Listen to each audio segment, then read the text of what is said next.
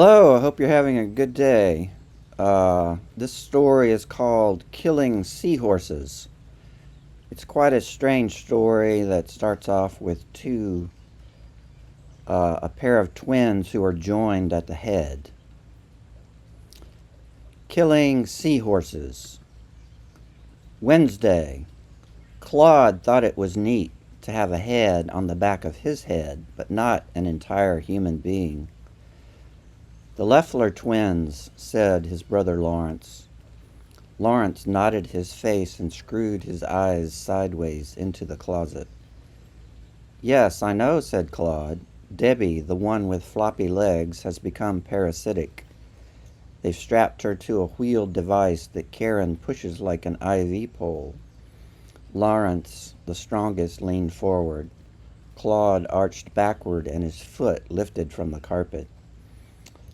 Let's not wear the black t-shirt, said Lawrence. Claude grimaced, but the black lights look good on black. It makes us look nebulous, like we're suspended in a cloud of squid ink. What are you reading at the open mic tonight, said Lawrence. He tilted his head forward again. The strain of skull bone felt good. Hey, said Claude, cut it out. He was going to read a compilation of feedback comments from beheading videos on YouTube. A kind of list poem. Are you taking the Valium today, said Lawrence. Otherwise, they had awful spasms in their backs and necks. Maybe you should start taking your own Valium, said Claude. They crab-walked to the bathroom. So, what are you reading tonight, said Claude. Lawrence was going to read a compilation of feedback comments from Leffler twin YouTube videos. A kind of list poem. Usually he and Claude alternated lines, improvised, and all that jazz. The small but intimate crowd that gathered once a month at the Pianotown Fire Station open mic loved it. I hope the Leffler twins are there, said Lawrence. I hope Al-Qaeda is there, said Claude.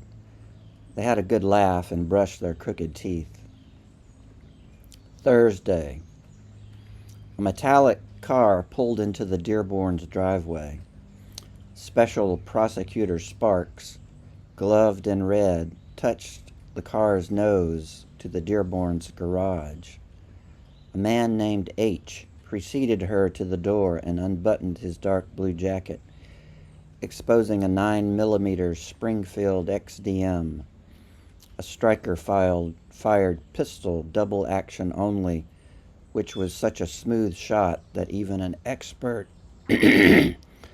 such as H might be tempted to note in an email to a friend who worked at Stouffer's, managing their refrigeration technology, that the gun should be reclassified as single action. Canon A.E. Baker Dearborn Jr. opened the door. His daughter, Claire Elise Bradley, paused at a piano recently tuned by a blind man who smelled of parakeets. Canon's wife, Rebecca St. John Alba, wiped her hands on a dish towel patterned with three-leaf clovers. H, followed by Special Prosecutor Sparks, pushed past Canon into the tan living room. What's this? Said Canon A.E. Baker Dearborn Jr. Probably just another one of your porno schemes, Carlotti di Franco. H pounded his good fist into his other fist. There are 2 PCs in this house. Now, where are they? Do as he says, said Special Prosecutor Sparks. What's this? Said Rebecca St. John Alba. A dish towel bearing a trefoil pattern, common in Anglo-Saxon religious architecture, said Claire Elise Bradley. I gave it to you for Mother's Day. H barged into the back rooms. Special Prosecutor Sparks produced an album with pictures from her summers at Bald Rock Church Camp in Chula Vista, Alabama, and gathered everyone around to kill time. After 47 minutes, H reappeared. He looked pale. He had never before seen such an extensive archive of beheading videos. He hitched his thumb at Special Prosecutor Sparks. "Let's go," he said. "We've made a terrible mistake." Thursday afternoon. Near the tiny island of Sindup in the San Blas archipelago, located off the Caribbean coast of Panama, Kuna Indian and dive guide Moko shook the wallet out of the Gringo Phil's dive bag and counted out nearly $2,000 in US dollars. He dumped a bucket of fresh alligator chunks over the side, hand-hauled the cement block anchor up through aftershave blue-green water, and fired up the jerry-rigged engine. Sand sharks with their awful underbite smiles swarmed. 40 feet below the 25-foot Bertram hardtop, which had washed up after Hurricane Mitch, Mary and her parents gazed at seahorses and fanned coral. Friday. The usual crowd of experimental teenagers and retired faculty from the community college milled and slid around. The firemen were out tackling a juicy blaze-up at a chain motel, probably a grease fire, someone said. A scratchy record from France played. "I can't see," said Debbie. Her sister Karen, known as Kay, shifted the pole thing that cradled her parasitic twin in a canvas sling. "Let's keep it real, okay?" 24/7, said Debbie. "Shh, Lawrence is up," said Kay. "Who's the guy with the chainsaw?" said Debbie. A thrill ran from an imaginary line connecting her throat, A, to her pubis, B. "Shush." Lawrence tugged at the turquoise collar of a thin sweater made for two heads. He rolled his neck and made Claude tilt. He took the microphone.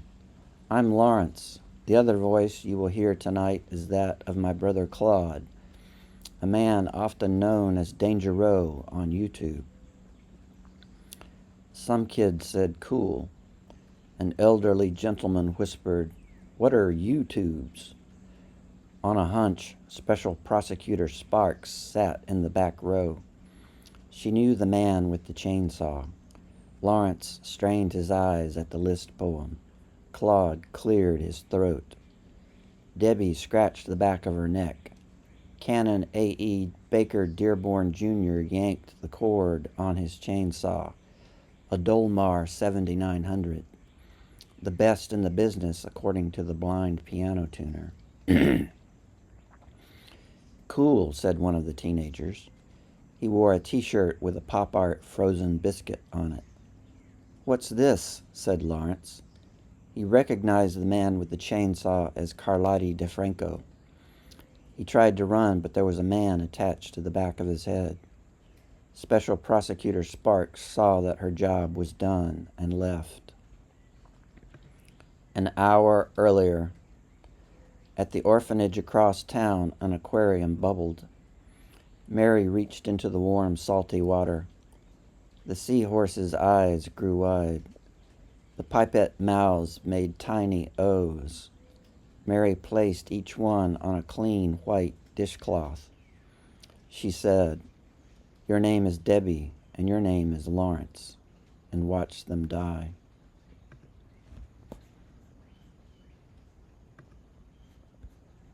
So that is killing seahorses. So if you would like, comment, and subscribe to the channel, I would appreciate it. Thank you.